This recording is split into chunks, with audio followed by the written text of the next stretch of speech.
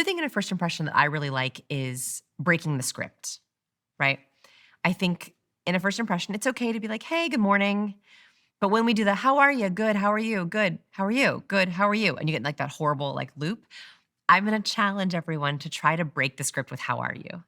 So when someone asks, how are you? Don't say good. Don't say busy but good. Try to answer with like a little bit of humor if Okay. you can. Now, I'm not funny, so we should take this advice with a grain of salt. You are But I'm funny. not that funny. But there's a couple things you can do. So one is you can answer with a number.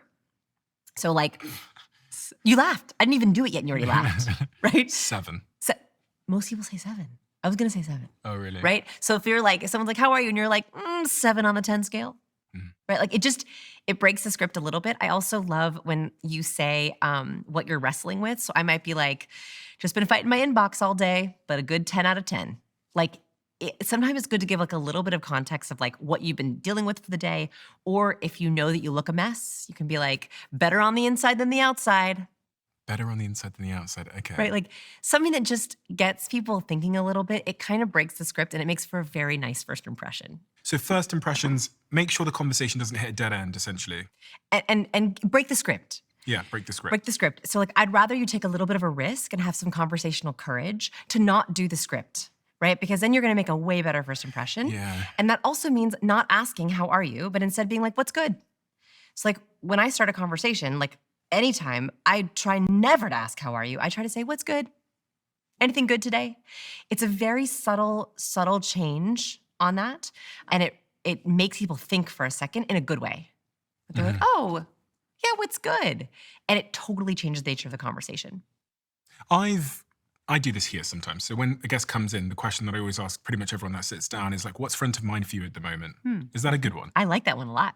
I would Let's prefer. go. Okay, fine. What have you been looking forward to? Are you looking forward to anything in your life? Because it's positive? Yeah, it's juicing excitement. So like I think our job, if you want to really be a master communicator, is you are gifting good chemicals.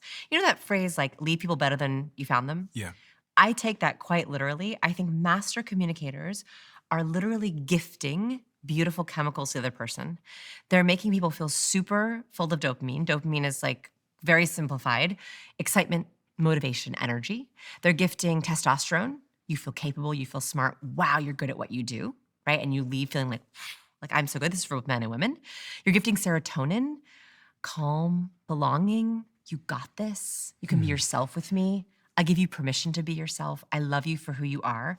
Like I think one of the reasons why people often verbal vomit on me, like they tell me everything about their lives. I think it's because I'm like trying to gift them serotonin. I want them to feel like they can be absolutely themselves and I accept them for exactly who they are. So serotonin, dopamine, and testosterone, if we can gift those out, I call it like the chemical cocktail. Like that's the cocktail I want to give to everyone in my conversation. And that's what master communicators are doing.